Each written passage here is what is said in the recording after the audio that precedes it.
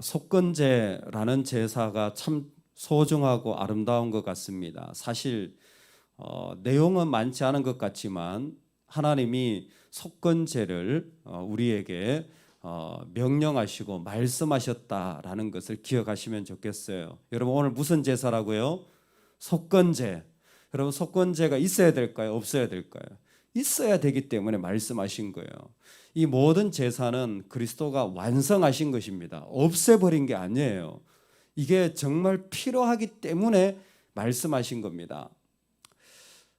아시겠지만 얼마 전에 우리 교회 예배당에서 결혼식을 했습니다. 참 결혼식하기 좋은 교회라는 생각을 했는데 정말 아름다운 시간이었어요. 결혼식 시간만 1시간 조금 더 넘게 했으니까 예식장에서는 상상도 못할 일이었죠. 그 안에 정말 눈물이 있고 웃음이 있고 또 무엇보다 예배를 온전히 드릴 수 있다는 게 제일 좋았던 것 같습니다. 근데 다 좋았는데 한 가지 아쉬운 게 있었어요. 다 좋았는데 한 가지 아쉬운 게 있어요. 저는 사실 사람들 많이 오고 뭐 밥 먹고 이런 것도 아마 결혼하시는 분들 입장에서 중요할지 모르겠지만 결혼식에는 제가 주례자가 제일 중요하다 그랬잖아요. 주례자가 어떻게 인도함을 받느냐가 제일 중요한데 그날 또 전 목사가 주례를 했으니까 다 좋았어요. 근데 아쉬운 게 있었어요. 이게 뭐냐면 신랑 신부 입장하는데 몇 걸음만 걸으니까 다 들어와 버렸어요. 야, 그게 조금 아쉽더라고요. 이렇게 음악도 착 하고 조금 더 걸어 들어오면 좋을 텐데, 뭐 뒤에서 서가지고 뭐 이렇게 딱 몇 걸음 들어오니까 벌써 다 들어와 버렸어요. 이게 또 단상이 이렇게 넓진 않으니까 뭐예요? 조금만 더 길이가 조금만 더 길면 좋았을 텐데라는 말은 하지 않았지만 제 개인적인 생각을 했습니다. 그러지 마시기를 주의 이름으로 축원합니다.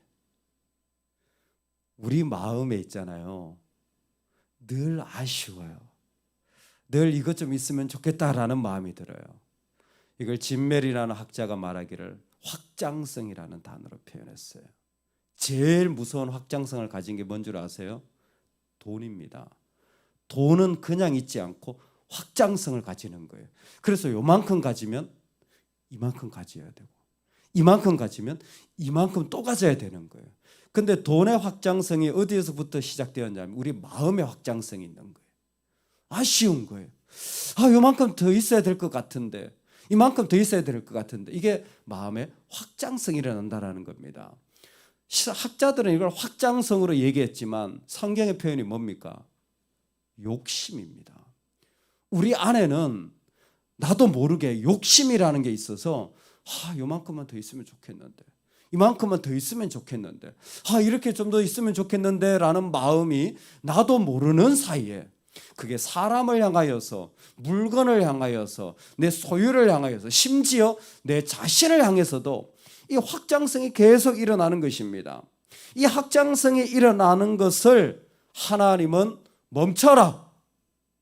그 확장성에 네가 한번 붙잡히면 너도 공동체도 관계도 다 무너진다라는 거예요. 그래서 만들어 놓으신 하나님과의 관계 설정이 뭐냐면 속건제예요. 속건제는 정확하게 배상하라는 겁니다.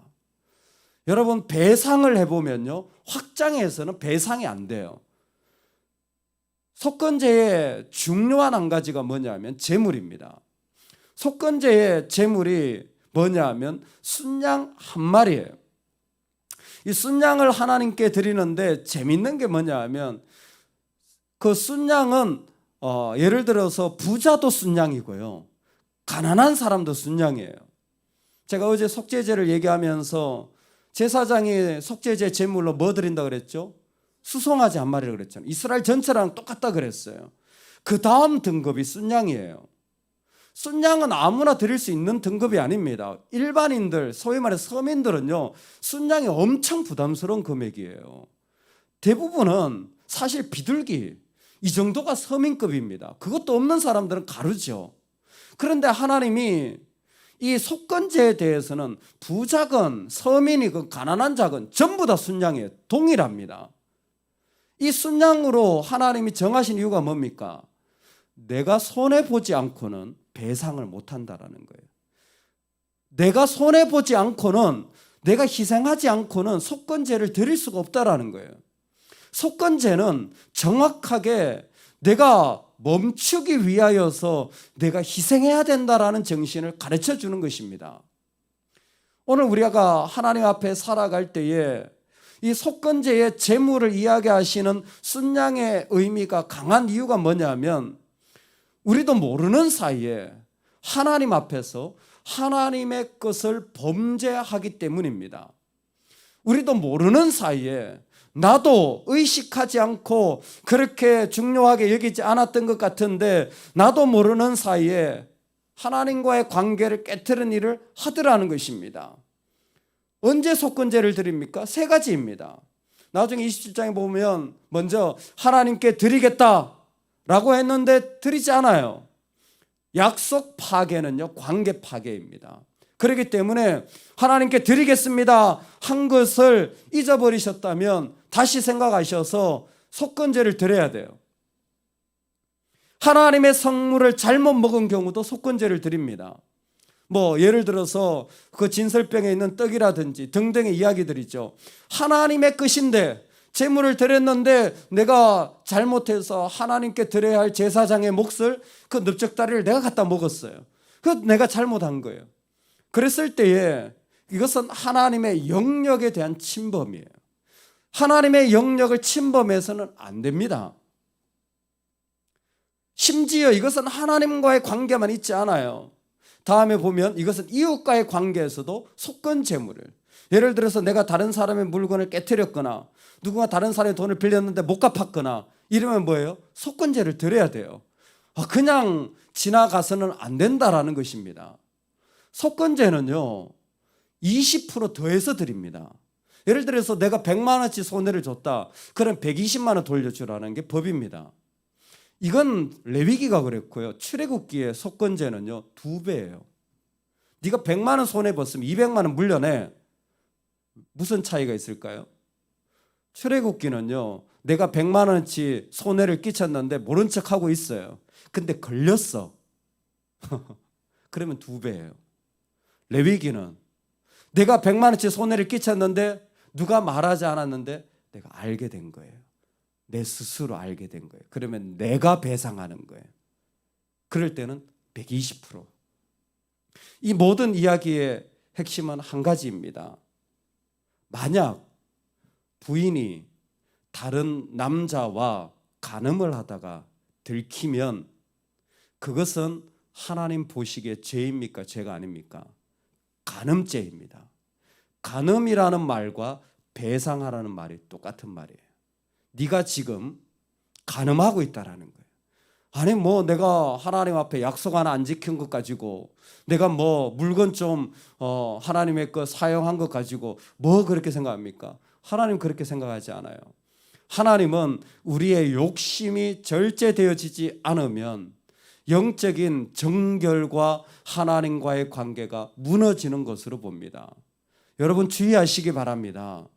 누군가에게 아픔을 주었거나 손해를 끼쳤거나 누군가를 향해서 약속을 어기거나 했다면 여러분 그것은 반드시 간음죄와 같은 것이기 때문에 배상하고 지나가야 됩니다.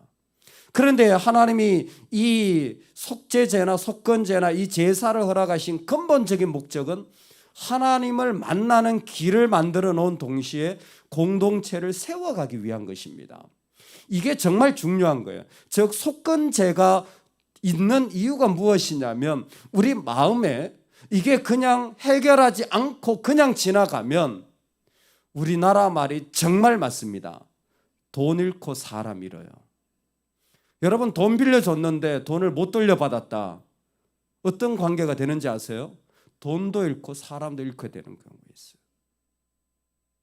우리가 공동체 속에서 하나님과의 관계 속에서 이 속건제가 중요한 이유는 무엇이냐면 배상하지 않으면 그 하나님이 만드신 원래의 목적이 거룩이 사라지는 일들이 되어지는 거예요.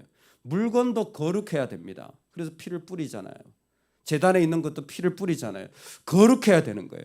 그런데 품질이 떨어지는 경우가 언제냐면 바로 이와 같은 경우예요. 잘못했거나 아니면 그 용도를 하나님 앞에 드리겠다고 했는데 그렇게 하지 않으면 돈의 품질이 떨어져요. 마음의 품질이 떨어져요. 하나님의 것들의 품질이 떨어져요. 품질이 떨어지는 것과 거룩하지 않은 것은 똑같은 말입니다. 여러분들이 만약 무엇인가 가르치고 무엇인가 섬기고 무엇인가 일을 하고 무엇인가 만들어내고 한다면 품질이 떨어지지 않도록 주의하시기 바랍니다. 할렐루야. 대충 만들어 놓은 건 거룩하지 않은 것과 똑같아요. 여러분 만약 음식을 한다면요, 맛있게 해야 될까요? 맛없게 해야 될까요? 맛없는 건 거룩하지 않은 거예요. 하나님이 이걸 구별하지 않으신 거예요. 네가 나한테 거룩하다고 뭐 대단한 것처럼 말해도 네가 만들어 놓은 것의 품질이 떨어지면, 그것이 제대로 되어지지 않으면 그게 바로 거룩을 떨어뜨리는 행위라는 거예요. 특히 사람과의 관계 속에서 공동체성이 무너지는 첫 번째가 뭐냐면 은근슬쩍 속이는 이 행위라는 겁니다. 반드시 네가 손해보고 네가 물려줘야, 그래야 그 관계가 올바라질 수 있다는 것입니다. 하나님이 오늘 이 제사를 통하여 우리에게 말씀하시는 두 가지는, 첫 번째는 순양의 도전입니다. 내가 손해보더라도 사실 그 일들에 대해서는 반드시 보상하라는 것입니다. 내 경제적인 희생을 치르더라도, 아니 일부러 치러서 그 일을 하라는 것입니다. 여러분, 우리가 하나님 앞에서 이 부분을 가지고 있다면 꼭 주님 앞에 돌려드릴 수 있기를 소망합니다. 그런데 순양의 더 중요한 의미가 무엇이겠습니까? 모든 사람이 다 순양인 것처럼 그리스도의 사랑은 그 사람의 신분과 상관없이 모든 사람에게 다가간다는 것입니다. 오늘 우리가 그 하나님의 마음을 배워야 합니다. 내가 내 희생을 치러서 순양을 드리듯이 여러분, 어떤 사람을 만나더라도 그 사람의 신분과 상관없이 똑같은 하나님의 마음으로 대할 수 있기를 축원합니다. 어린아이라도요, 함부로 대하지 말고요. 또 쓸모없는 사람처럼 보이더라도요, 함부로 대하지 않고, 또 세상에 아부하지 않고 똑같이 내가 대할 수 있는 그 하나님의 마음을 우리가 꼭 가져야 될 필요가 있습니다. 두 번째는 이 배상이라는 말입니다. 이 배상이라는 말은 사실은 그 전에 뭐가 그 안에 포함되어 있냐면 양심의 찔림이라는 게 포함되어 있어요. 믿음으로 선포합시다. 하나님이 찌르실 때 돌아서자. 여러분, 찔림 받는 게 축복입니다. 이 레위기의 속건제는요, 자기가 찔림 받아서 자기가 배상하는 거예요. 이게 진짜 은혜로운 겁니다. 왜? 자발성이거든요. 내가 나아가서 미안합니다, 내가 당신에게 이런 손해를 끼친 것 같습니다. 그럴 때는 20%만 더해줘도 관계가 회복된다라는 거예요. 그런데 만약 내가 자발적으로 양심에 찔렸는데도 하지 않고 나중에 2배를 주잖아요. 2배를 줘도 회복이 안 되는 경우가 많습니다. 하나님이 왜 이렇게 하시냐면, 하나님은 지금도 살아계셔서 우리 각자의 삶의 자리에 역사한다라는 겁니다.